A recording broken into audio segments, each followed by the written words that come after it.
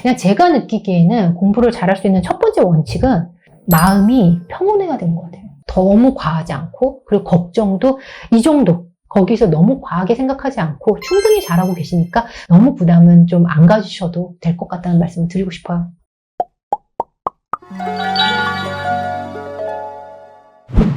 네. 그리고 또 저는 이런 부분도 있는데요. 제가 아무래도 지금 워킹맘이죠. 너무 워킹맘이고 너무 바쁘다 보니까 일상에 지금 회사를 나온 다음에 더 바빠졌거든요. 그러다 보니까 제 일상이 좀 바쁘니까 이 바쁜 거를 그냥 자연스럽게 보여주는 것도 의미가 있다고 생각을 하고, 그리고 사교육을 효과적으로 잘 하려면 부모님이 여러 가지로 챙겨야 될 부분, 관리해야 될 부분이 많아야지 그게 더 어느 정도 효과가 높다는 걸 알고 있으니까 어차피 그렇게까지 못할 바에는 그냥 아이를 믿자, 이런 부분도 있는 것 같기는 해요. 여러 가지 상황이 섞여 있을 부분이 있는 것 같긴 해요. 네네. 그러면, 그럼에도 불구하고 마지막으로 공부는 해야 되잖아요. 공부는 해야죠. 그러니까 그렇다고 해서 너 자유롭게 살아, 그러니까 아무것도 안 해도 돼, 이건 아니고. 네네. 학생의 본분이 공부니까 공부는 해야 되는데. 네네. 그러면 공부를 할 때 어떻게 시키세요? 저요? 네, 숙제를 무조건 빼먹지 않게 한다. 마땅히 해야 된다. 그거는 하고요. 지금 학습지는 하고 있어요. 학습지는 하고 있는데 저는 너한테 주어진 역할에 대해서 굉장히 강조하는 것 같아요. 학생의 본분은 공부다. 너한테 이 정도는 당연히 해야 되는 거야. 엄마가 일하는 것과 마찬가지로 너한테 각자 맡은 역할은 반드시 해야 되는데 네가 해야 될 부분은 이거야. 근데 그게 너무 지나치지 않게. 그래서 아이랑 얘기할 때 지금까지 뭔가 타협점이 그렇게 너무 쉽게 채워진 거죠. 왜냐면 기준이 높지 않았으니까. 무리하게 시킨 게 없으니까. 그래서 아이도 굉장히 즐겁게 하는데 저는 공부를 잘 할 수 있는 제가 워낙 상위권에서 공부 잘하는 친구들 많이 봤는데 그중에 여러 가지 유형이 있는데 그냥 제가 느끼기에는 공부를 잘할 수 있는 첫 번째 원칙은 마음이 평온해야 되는 것 같아요. 마음이 평온해야지 더 집중이 되거든요. 왜냐면 한정된 시간 안에 적어도 마음이 너무 긍정적이다, 이 정도까지는 아니어도 뭔가 쫓기거나 불안하거나 이러면 반드시 3년이라는 그 고등 생활에서는 한번 크게 위기가 오는데 다시 일어나기가 어려운 친구들도 많이 본 것 같아요. 그래서 그 예전에 이런 말씀을 하셨던 원장님 기억이 나는데요. 재수학원 원장님을 인터뷰를 했었는데 부모님께 마지막으로 했으면 좋겠는 멘트를 여쭤보니까 아이랑 절대 싸우지 말라고 하시더라고요. 왜 그러냐고 여쭤봤더니 3일 동안 공부를 못 한대요. 싸우면. 첫 번째, 싸우면 첫 번째, 아이가 화가 나서, 엄마랑 싸웠으니까 화가 나서, 두 번째, 억울해서, 세 번째, 엄마랑 어떻게 화해할지 몰라서. 이렇게 가는 것 같아요. 제가 봐도. 마음이 평온해야지 더 몰입할 수 있고요. 더 긍정적으로 더 공부를 생각하게 되는 것 같은데 공부 환경에 애들이 일찍부터 놓여져 있기 때문에 자칫 마음이 평온하지 못하는 아이들을 저는 상대적으로 많이 본 것 같아요. 그래서 그냥 어떤 거에도 너무 부담을 느끼지 않도록 해주고 싶어요. 특히 초등 시기에는. 그럼에도 불구하고 얘가 하고 싶다는 오기도 한번 생길 수도 있고요. 그래도 해볼까 하는 마음도 생길 수 있다고 생각해요. 되도록 안 싸우려고 노력해요. 한번 잔소리 이만큼 하려는 거를 한번 참아요. 싸운 다음날 바로 출근을 하잖아요. 그러면 이 아이가 그 학교에 가서 이 마음을 계속 갖고 있겠구나. 계속 24시간 붙어서 푸는 게 아니라 워킹맘이기 때문에 아이랑 계속 같이 있는 건 아니잖아요. 거기서 얘가 혼자 이 부정적인 생각을 하면서 상처받을 수 있겠구나 라는 생각을 하는 것 같아요. 그렇게 생각할 수도 있겠네요. 네네. 워킹맘이니까 조금 더 신중하려고 그럴 노력하는 수도 것 있겠네요. 같아요. 아이의 마음이 평온한 상태를 최대한 유지할 수 있도록 도와준다. 저는 정말 대기자 TV를 정말 많이 보여줘요. 그래요? 네, 보여주세요. 아이가 멘트가 다를 거예요. 아직 자녀가 없으시지만 그러면 저 형처럼 되고 싶어? 엄마 저기 나가려면 어떻게 해야 되는 거야? 이런 말도 안 되는 얘기 속에서 그 다음날 행동이 좀 달라지는 순간들이 있어요. 제가 숙제를 해라고 하지 않아도 저 형은 숙제를 저렇게 잘했대 하면 숙제를 해요. 그러니까 좋은 샘플링이 되어 있는 미디어를 계속 노출해주는 거죠. 예. 도피처라고 할 수 있는 게임이나 스마트폰 이런 건 안 주고 있고요. 멍 때리는 시간을 줍니다. 차라리 그냥 풀어놓는 거예요. 예. 정말. 그러면 그 와중에 뭐라도 하나라도 얘가 관심 있는 걸 하나라도 집지 않을까? 그렇게 생각을 하고 있어요. 관심 있는 걸 발견하지 않을까? 저도 이렇게 야생으로 풀어놓은 계열들을 많이 알고 있는데 성공 확률이 낮아. 한 반 정도 되는 것 같아요. 제가 봤을 때는 그러면 저에 대한 확신은 아마 그거일 것 같아요. 그럼에도 불구하고 교육 정보를 너무 많이 알고 있으니까 내가 가이던스가 될 수 있으니까. 마지막에는 내가 방어선이 될 수 있다라는 네네. 생각이 저는 있는 거죠. 아이가 홈스쿨링 해도 상관이 없거든요. 저는 그 선택을 했으면 그 선택에 맞게 도와줄 자신이 있어서. 예. 그렇기 때문에 내가 가지고 있는 전문성을 활용하면 이렇게 자유롭게 하지만 그 일일이 패스에 대한 대처를 알고 있으니까 네네. 가능한 것 같다. 네. 그런 것 같아요.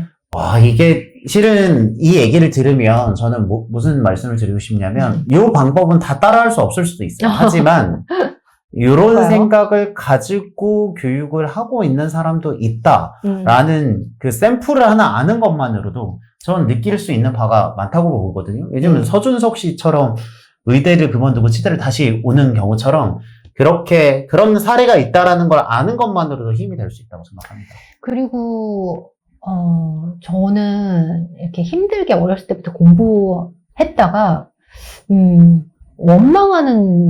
부모님을 원망하는 경우도 사실은 많이 봤어요.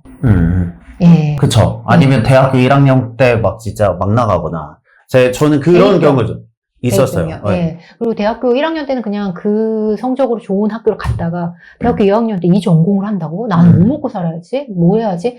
이런 경우가 생각보다 정말 많이 있었고, 그리고 저는 이제 대치동의 아주 장점도 봤지만 뒤에 이제 쪽방촌을 취재를 한 열흘간 아주 드라이하게 한 적이 있었거든요. 그때 정말 다양한 분들을 만나면서 성공 위에 안 좋은 부분도 사실 많이 봤고, 근데 10대 때는 다시 돌아가지 않기 때문에, 그냥, 저는, 아이가 선택하지 않는 한, 그래도, 저의 바람대로만 하지는 않으려고 하고 있어요.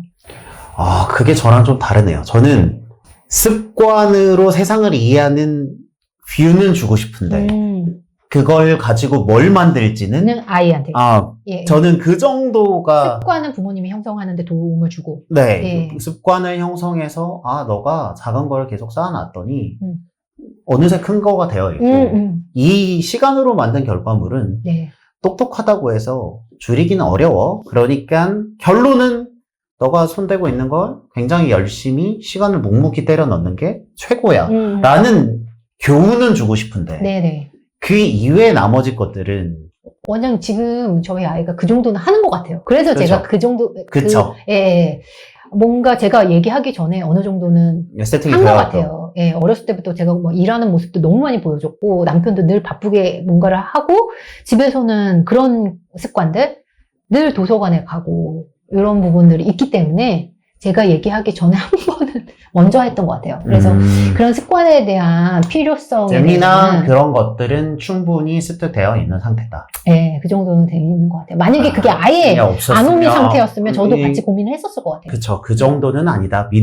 믿을 수 있을 만한 내 최소한의 근거들은 있다. 네네. 그런 것 같습니다. 그러면 마지막으로 이제 이 채널을 보시는 학부모님들에게 네. 뭐 많은 얘기를 해주셨겠지만 해주고 싶은 말씀이 있다면 한마디 정도 정리해 주실까요? 걱정되는 마음 많으실 것 같아요. 부모님들이, 제가 인상 깊었던 댓글이 있는데요. 삐뽀삐뽀 119 소아과에 하정우 원장님 인터뷰를 했었었는데, 거기에 이런 댓글이 남겨져 있었던 걸로 기억하는데, 아이가 15개월인데, 아빠였어요. 원장님 말씀대로 안 키웠는데 너무 늦은 거겠죠. 15개월인데. 15개월인데. 그 댓글을 보면서 저는 굉장히 느끼는 바가 많았거든요. 정말 걱정되는 마음이 크시구나. 그리고 부모님이 빨리빨리 뭔가를 많이 해줘야 된다는 부담감이 크시구나라는 생각이 많이 들었어요. 저는 그래서 그런 부분을 내려놓으시라는 말씀을 여러 차례 드리고 싶어요. 우리가 아이한테 정말 충분히 잘해주고 있기 때문에 걱정되는 마음은 그냥 걱정이 될 수는 있겠지만 나 그냥 걱정하는구나. 이거는 아이를 사랑하기 때문이구나 라고 그냥 넘어가고 그냥 그 걱정을 좀 객관적으로 보셨으면 좋겠어요. 주관적으로 너무 많이 흔들리지 않고. 왜냐하면 어쨌든 아이가 성인이 되면 우리 곁을 떠나셨잖아요. 네. 저도 떠났거든요. 그 부분을 생각하면 20년 내지는 20 몇 년간의 시간이 한정되어 있기 때문에 너무 걱정을 하다 보면, 그리고 부모님들이 지금 너무 많이 투자를 하면 나중에 분명히 부모님 입장에서 부담되는 일들이 생기더라고요. 사교육도 그쵸. 노후 자금 당겨서 아이한테 이만큼 해주고 회사를 어쩔 수 없이 다녀야 되는 분들을 저는 너무 많이 봤거든요. 그런 부분에서 그냥 적당히 현실과 좀 타협하고 그냥 내가 해줄 수 있는 부분 이 정도, 너무 과하지 않고, 그리고 걱정도 이 정도, 거기서 너무 과하게 생각하지 않고 충분히 잘하고 계시니까 너무 부담은 좀 안 가지셔도 될 것 같다는 말씀을 드리고 싶어요. 이게 오랜만에 얘기를 들었는데 굉장히 색다른 경험이었고요. 그래요? 네. 저는 노후잔금 당겨가지고 사교육 하시는 분들 너무 많이 봤어요. 그리고 몇백만 원 정말 크지 않게, 그 몇백만 원이 크지 않게 쓰시는 분들도 너무 많이 봤기 때문에. 근데 사실 큰 돈이잖아요. 큰 돈인데 그렇게 흘려보내지 않으셨으면 좋겠어요. 나중에 후회하시는 경우를 많이 봐서. 그리고 저는 현장에서 제 또래의 아이를 키우는 분들도 많이 보고 고민도 듣고 이랬지만, 선배 부모님들도 키우고 나서 이제 한 템포 뒤에서 바라보시는 선배 부모님들도 많이 인터뷰를 했는데, 그분들은 하나같이 후회하시더라고요. 제가 자녀 교육에서 만족하는 분들을 한 번은 못 본 것 같아요. 그거는 공통적으로 내가 그 당시에 너무 조바심 내서 아이를 본 것 같다. 한 템포 뒤에서 봤으면 그렇게 걱정하지 않았을 텐데. 공통적으로 얘기를 하셔서 이런 분들을 많이 본 입장으로서 그 얘기를 꼭 드리고 싶었습니다. 저도 오랜만에 새롭게 듣는 얘기들이 많았고요. 네. 제가 어떤 방향을 할지에 대해서 고민해보는 계기가 되었습니다. 이렇게 정말 나와주셔서 감사하고 감사합니다. 다음에 또 좋은 모습으로 뵙겠습니다. 네, 좋은 기회로 또 뵙겠습니다. 네. 해주셔서 감사합니다. 네, 감사합니다. 수고하셨습니다.